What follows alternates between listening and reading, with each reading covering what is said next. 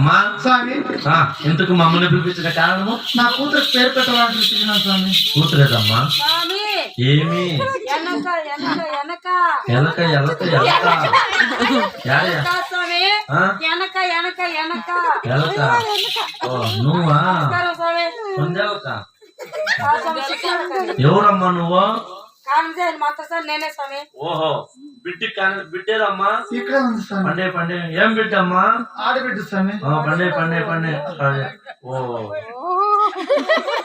ఏం బిడ్డ? అవును స్వామి.